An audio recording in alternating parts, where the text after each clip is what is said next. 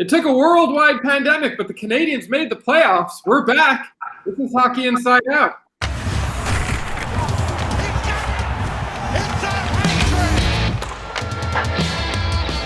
Welcome to Hockey Inside Out, Episode 1, Quarantine Edition, which is still brought to you by Madison's New York Grill and Bar in downtown Montreal. That's the one across the street from the Bell Center, but obviously we're not there. They didn't have a renovation. We're all at our homes, because you know what's going on. And we have Stu Cowan from the Montreal Gazette joining us, Jess Resnack from CBC Daybreak, and former NHLer and Montreal Canadian Rick Green. How are you all doing? You all doing well? We're hanging in. All good. Yeah, Rick and Stu love the quarantine haircuts. I'm impressed that you've been able to cut your hair so well. Jess, you look great as well. Thank you. Not as good as Rick and Stu. Well, I don't know how they do. I don't know how they do it, but they look the same, and it's very. I try to keep it short with the weather being so hot. That's it. Yeah, it's hot out there. All right. On May 26th, the NHL announced its return to play plan, which would see 24 out of the 31 teams enter the playoffs, which would miraculously include your Montreal Canadiens. Isn't that inspiring? All the team really needed this whole time was a worldwide pandemic to force the NHL to completely change their playoff structure so that they could make the postseason. How hard was that? With all the uncertainty in every aspect of our society right now, what are the chances that you think the playoffs will proceed as planned? Well, as Mark Bergevin says, just get in the playoffs and anything can happen, right? I don't think he expected it this way. I think at this point, as I've said since this pandemic started, I'll believe it when I see it if they actually play games. I would say if I had to put a percentage on it, I'd say maybe 30%. The NHL announced a couple of days ago there's already 11 guys that have tested positive for COVID in stage 2. And stage 3 is going to be the most dangerous stage, I think, or phase 3, I should say, because that's when guys are all coming back to their home cities and guys are coming from Europe and the States and elsewhere, and they're not going to be in a bubble then. I think if they can actually get to the bubble, the players will be safe, but I think phase 3 is going to be a problem. I felt that the NHL was going to go forward no matter what because they want to make as much money as possible after being on pause since the month of March. But I think with the recent diagnosis of different athletes from not just hockey, not just the Tampa Bay Lightning having to shut down their practice facility, but Novak Djokovic and a lot of other big name athletes who have caught COVID-19. This is really, I think, going to be a wake-up call now as we're getting closer to July and that start date that a lot of the leagues are trying to target, that maybe some of the players might start to reconsider and say, you know what, is it worth it to go and play right now when things are still so unknown? There's quite a few NBA players who are voicing their opinions about that, and I wouldn't be surprised if we start to hear more hockey players also saying that they have some concerns about it. Yeah, I agree, Jessica. There's a lot of confidentiality about the ones that actually have the COVID, and if you look around in all sports, it just seems to be multiplying. Numbers are going up, and they're trying to do their best to contain it and protect these athletes, and it's not happening. And I think they're going to have a real big challenge with the hockey guys as it starts to move forward in making sure that they're able to keep this thing out of the group. And I don't know. I'm a little skeptical that they, no matter what measures that they have, I still believe there's going to be some real problem areas. And it's going to be a major decision by the NHL to say, I don't think that we can find a way to get this thing to move forward, and we're going to have to maybe consider another option, which hopefully not will be canceling, but we'll have to wait and see about that one. If the playoffs do move forward and take place in the summer, what do you think viewership will be like? Do you think people will want to sit indoors in the hot summer and watch hockey? I think it depends on whether your team's in it, right? I mean, I think it's always been that way. If the Canadiens are in the playoffs, more people in Montreal are going to watch. And when they're not in the playoffs, if it's a beautiful day outside, you're probably going to be more likely to sit in a terrace or on your backyard deck or go in the pool or do something else. And I think this is going to be the same way. I think there will be interest when the Canadiens start up in Montreal, obviously. But once they're out, I think, and teams in other cities too. I mean, there's so many, Montreal, we spend so much time indoors in the winter to stay indoors and watch hockey in the summer. I don't know how many people are going to do it. Plus the fact there's going to be no fans in the stands. So the atmosphere is not going to be the same, even on TV. Yeah, I think at first there will be curiosity that people want to see, how's it looking and how's this going to work? But I think then, after the novelty starts to run off, that people might get a little bit tired of watching it. Now, I've watched some of the Bundesliga's games just to see what it was like. And it's definitely a weird feeling watching a game on TV with no fans in the stands, no audience. And I know the NHL is probably going to try and do some things to have fans be able to engage through social media, maybe even have some fans up on a big screen on Zoom, but it just won't be the same. There's a weird feeling. So I agree with Stu that if your team is in it, you'll probably be very interested. And if your team's not in it, I don't necessarily think you'll be running to a TV to go and watch some hockey this summer. And I think it's going to be a tough following with the weather being so nice. Everybody has other stuff going on, and it's really a different setting in the middle of summer. And like I said, people are doing other things. And I know Montreal is a great city for fan following, and we might get a little short-term glimpse of them showing interest, but I think over the long run, even though it's 3 out of 5 series, it's going to be tough to get some type of viewers. Even for the players, this is the time of the year when they're at their cottages, right, on their decks and enjoying their boats or whatever else they have. So you wonder how much that might factor into play as far as players wanting to come back and play. Well, in the sport, we're all creatures of habit, and when you get into this type of weather, you're doing exactly so many other things that are not hockey related, and whether it's fishing. I mean, some of these guys are probably quite content sitting on their fishing boat or, doing everything else but getting on the ice. And it's going to be tough all around for everybody involved in the sport, I think. The Canadiens will be facing off against Pittsburgh. How do you see them matching up against the Penguins? Well, I think just getting into the playoff run is a bonus, obviously. The series went 2-1 in favor of Pittsburgh. I just think that Pittsburgh has way too many guys that can make the difference in winning and losing. And they're healthy now. They're getting a lot of their players back, and I think that providing that they can stay healthy in this playoff run, I would have to give Pittsburgh the upper hand. But that being said, short series, lower seeds can upset the higher seeds, even though they had 15 points. Pittsburgh had 15 more than Montreal. Carey Price can steal a game here or there, and you never know what can happen. So you just have to get in there, and you're going to get some players that maybe had ordinary regular seasons and they elevate their play because it's a short series and they become the difference. And who knows, they could advance.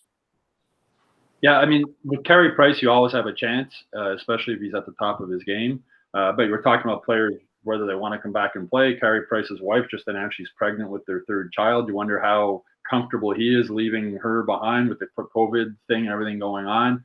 But Carey Price obviously is the key in any series the Canadiens would be in. That's why Marc Bergevin is paying him, or the Canadiens are paying him $10.5 million a year. But Crosby and Malkin together against the Canadiens' defense could be a problem. Carey Price would have to, I think, stand on his head for them to win the series. So I can't see the Canadiens beating them.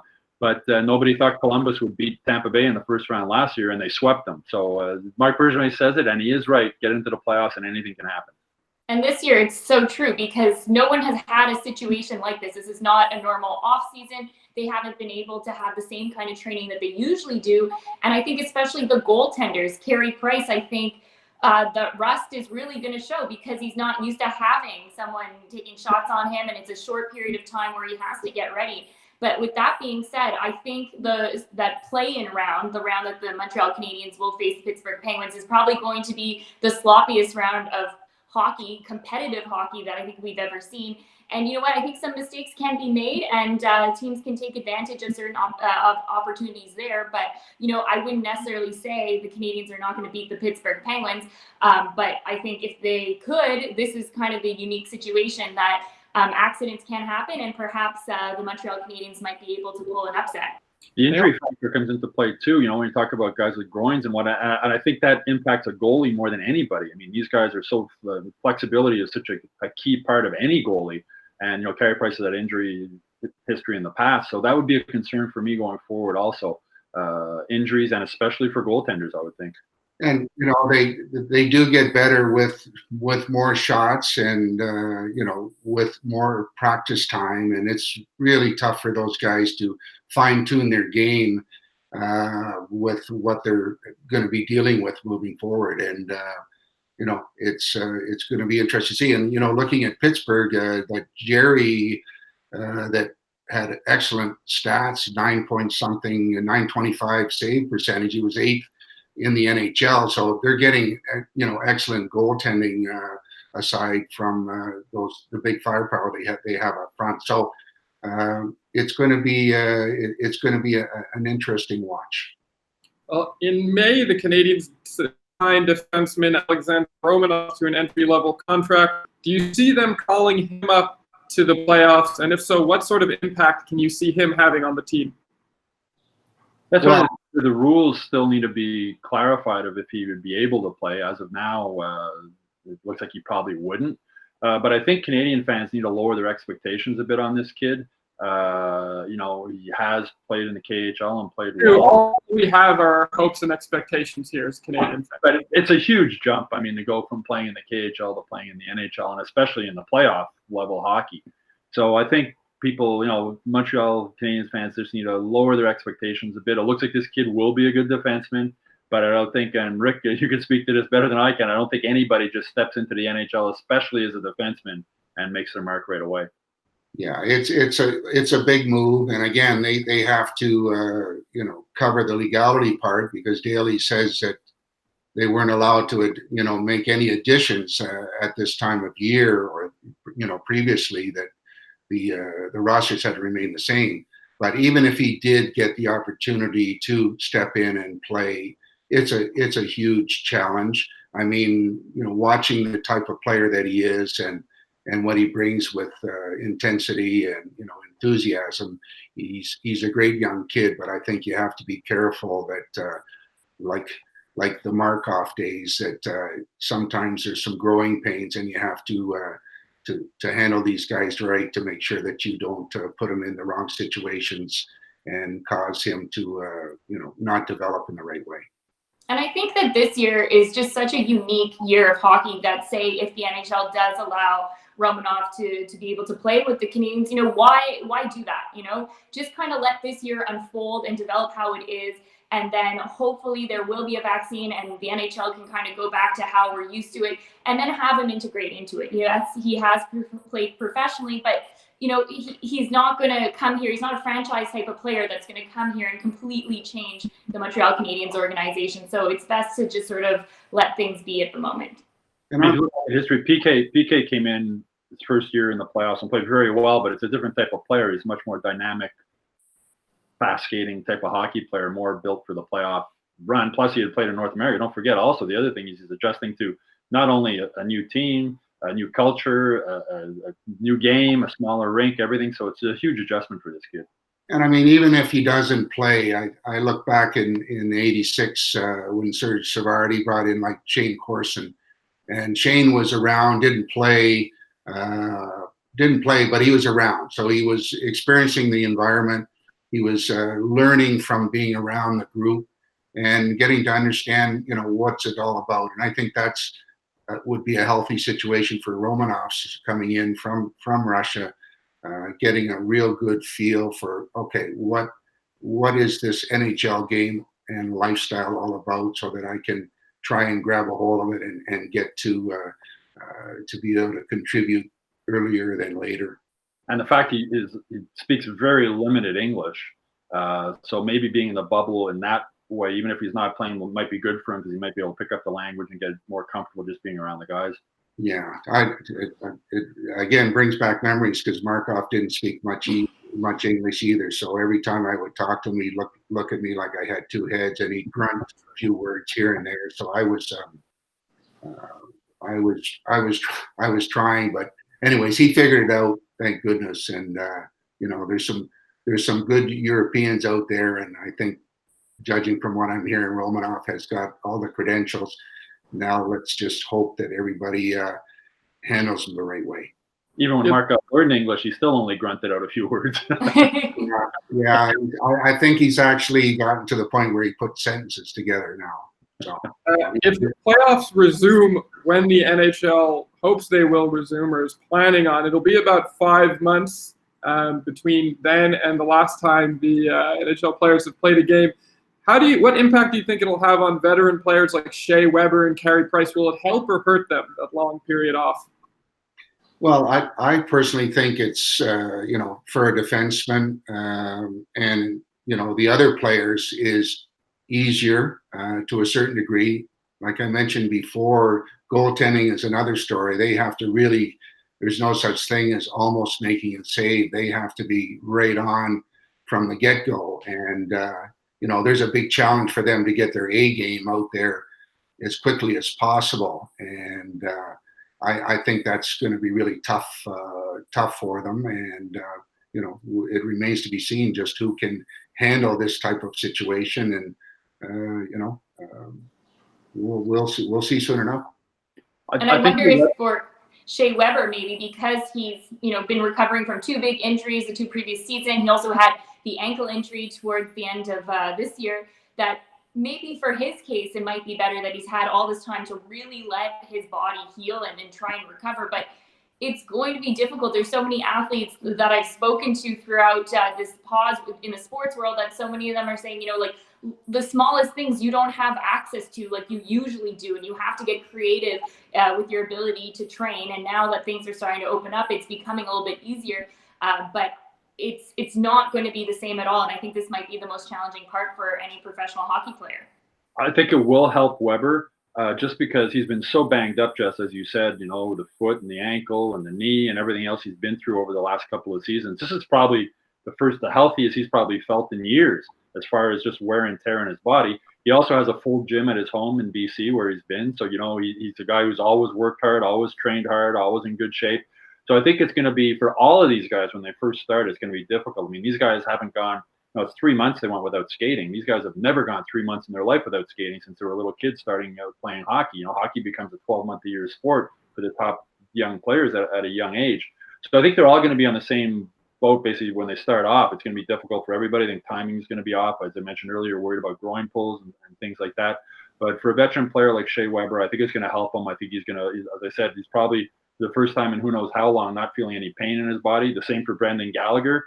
Gallagher, you'll never tell you what's hurting on him, but just watch the way he plays, and his whole body must be hurting by midway through the season. So I think it's going to help, and the same with Jonathan Drouin, another player coming off injuries. But it's going to be interesting to see at the start, and the hockey I think is going to be sloppy at the beginning, but it'll pick up as the playoffs go on. And the bad news too is looking at the Pittsburgh group that now are going to have those guys that were injured, Letang and Goodsell, who else? They got Hornquist. All these guys are going to be back, and they're key players in contributing to the Crosby-Malkin show. And Sidney Crosby is like Shea Weber and Brendan Gallagher. I mean, nobody works harder on the ice than Sidney Crosby, and I'm sure his body is feeling pretty good right now as far as no aches and pains. All right, well, that is all the time we have for this week's edition of Hockey Inside Out, which has been brought to you by Madison's New York Grill and Bar in downtown Montreal on Drummond Street. That's the one across the street from the Bell Center. What do you think the first round of the playoffs for the Montreal Canadiens will look like? Will they win or lose to the Pittsburgh Penguins? I want specific predictions. Let us know in the comments section below. My name is Adam Susser, and we'll see you back here shortly.